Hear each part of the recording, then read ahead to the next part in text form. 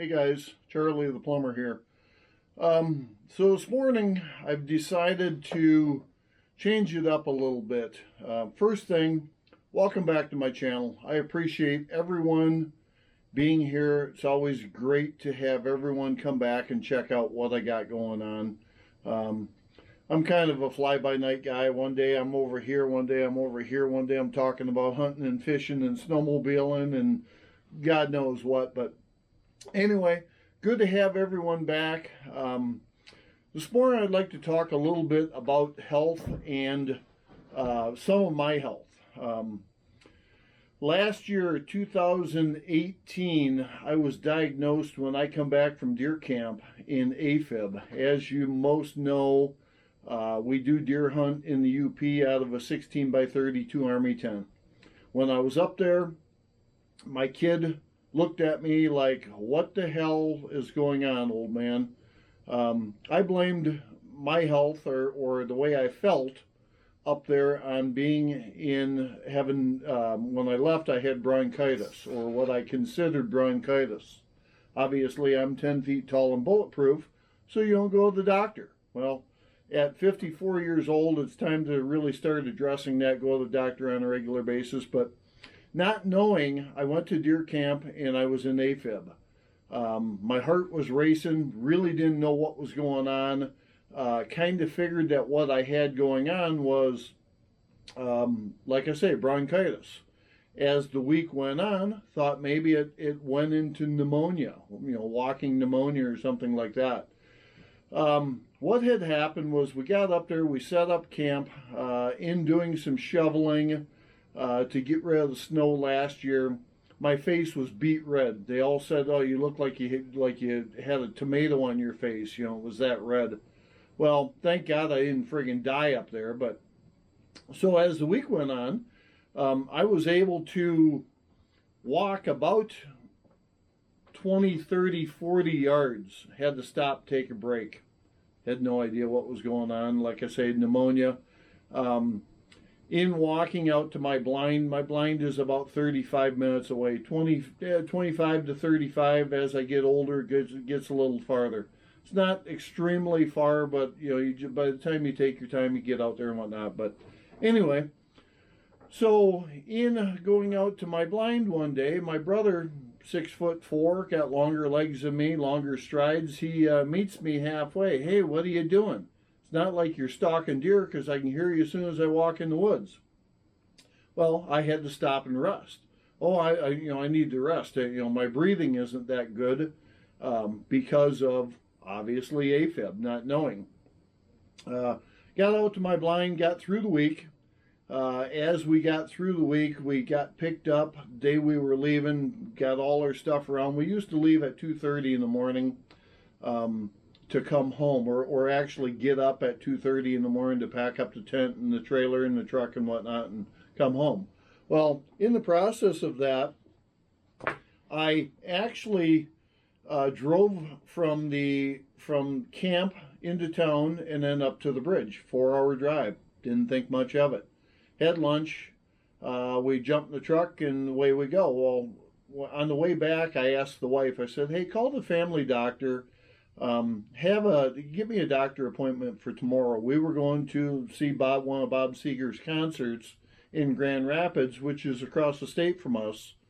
So we went to the doctor, and family doctor for 35 years, and I asked him. I said, "Doc, I need to get a physical set up." I said, "I feel like crap. Got some stuff going on." And he's like, "Oh, I'd like to do an EKG on you."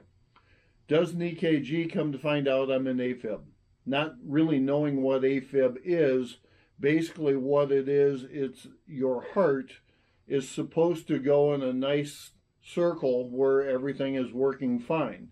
When you get into AFib, he described it to me as your heart is not only going like this, but it's also going like this along with it.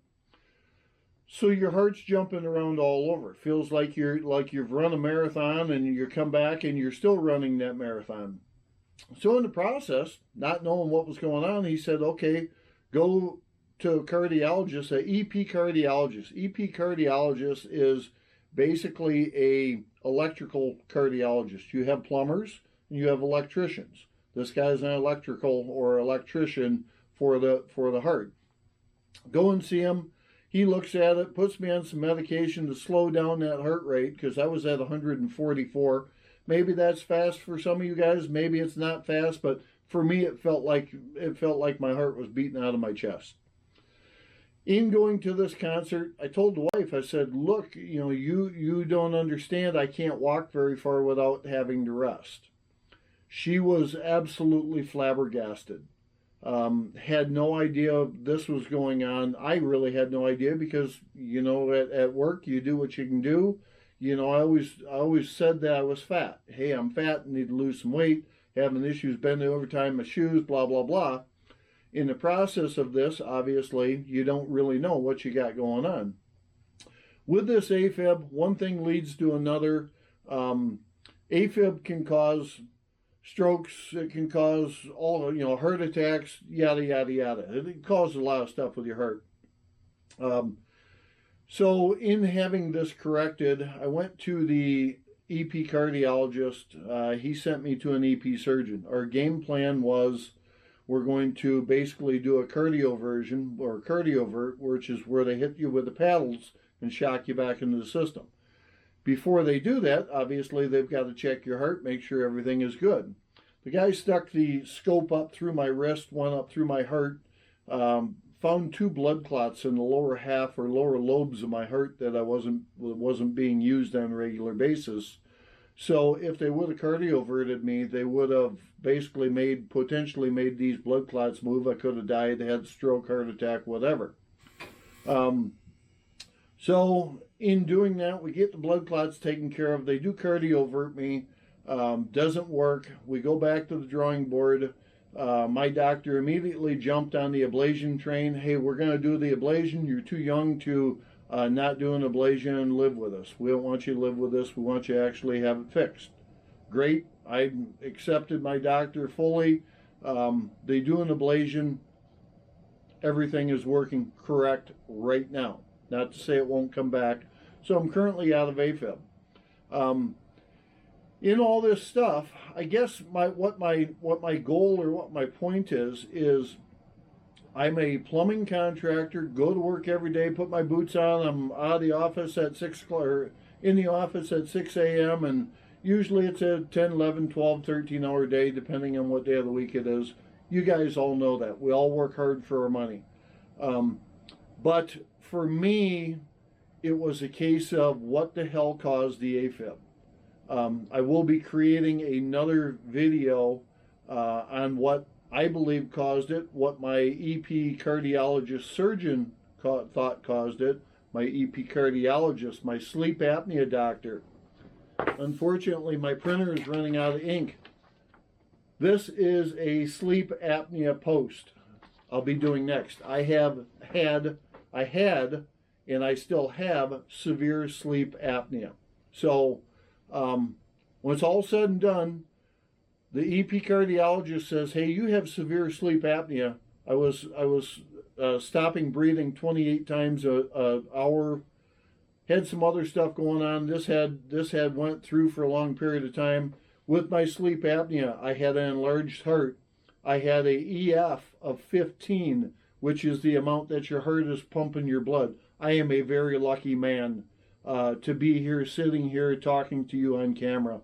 Please, please, please, please, please, go have a sleep apnea test. I was in sleep apnea denial for a very long time.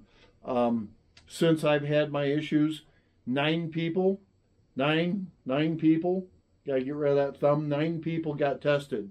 9 people, all friends, family, all got sleep apnea mask.